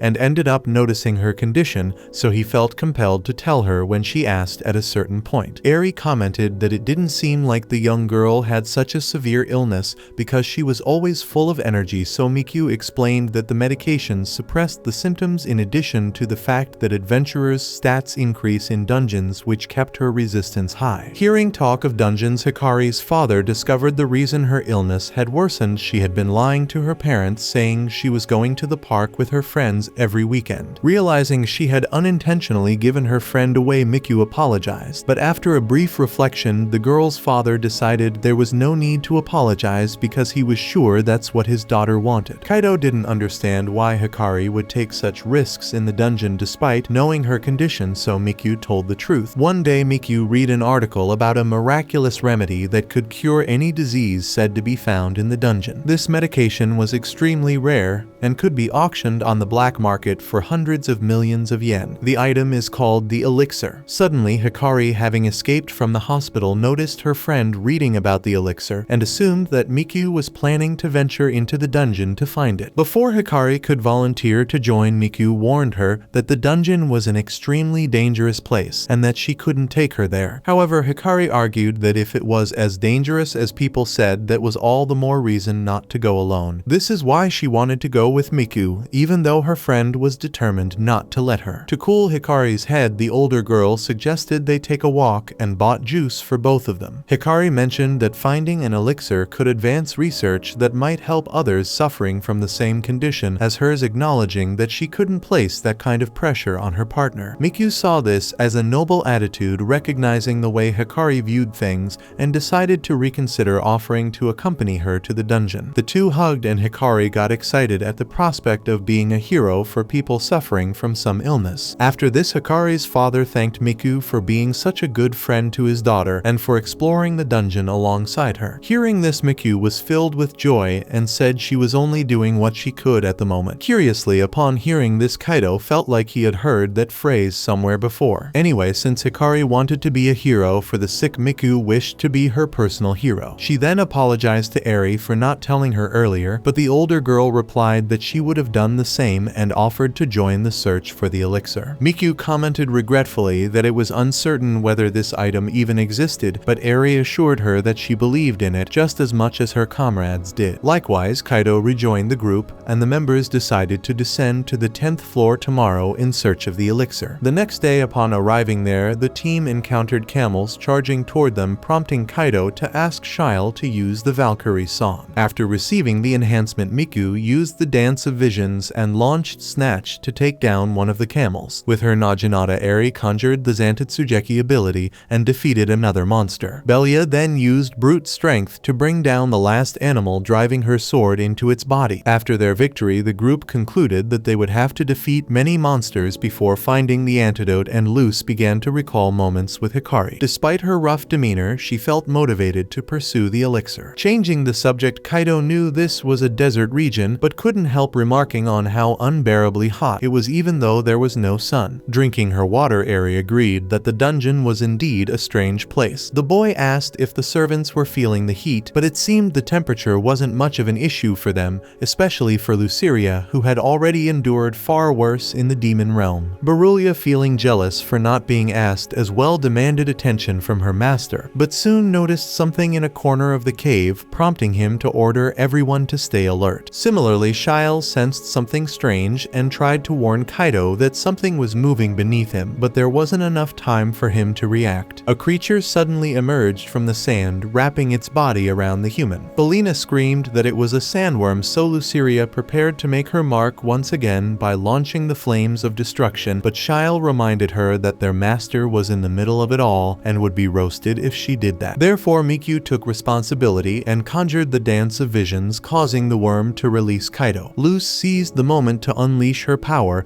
but Belina anticipated this and defeated the monster with her sword before the pupil could act. Because of this, she scolded the shorty, so Kaito resolved the situation by promising to leave the next monster for the demon, while thanking the young demon for the help. Later, back at the dungeon hospital, the team recounted their day's adventure to Hikari, who admitted she would have loved to see Kaito being attacked by a sandworm. After this reunion, Mikyu burst into tears upon seeing her friend smile like that despite her condition. When her car arrived to take her and Eri back, the older girl commented to Kaito that she wanted to become a hero strong enough to protect those she loved, and she was doing everything she could now. With that, Kaito once again recalled that he had heard that phrase somewhere before. Puzzled by this, he received a call from Haruka Katsuragi. The girl had heard that Hikari was hospitalized and wanted to know how she was doing. Kaito didn't want to worry his friend, so he considered lying to her, and the fact that he wanted to lie reminded him of where he had heard Eri's phrase. A long time ago, when he was still a kid, Kaito saw Haruka calling her father a liar because he had said he wouldn't go to the dungeon. The man explained that someone had to go in there to discover its secrets and true nature, and that he wanted to be that person, so he was doing what he could now. With this memory in mind, the boy asked to call her back later and hung up the phone to return to the dungeon. Back on the 10th floor, he too decided to do what was possible, just as Captain Katsuragi and the others had done, so that one day he could become a hero.